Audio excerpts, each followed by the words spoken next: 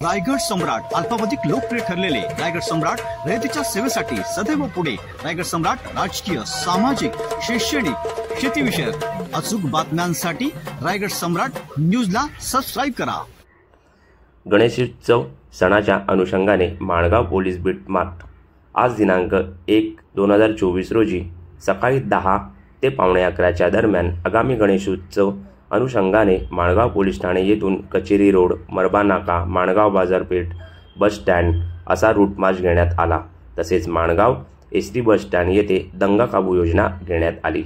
सदर दंगा काबू व सदर रूट मार्च करिता 2 अधिकारी, 22 अंमलदार व माणगाव RCP मधून 30 अंमलदार हजर होते।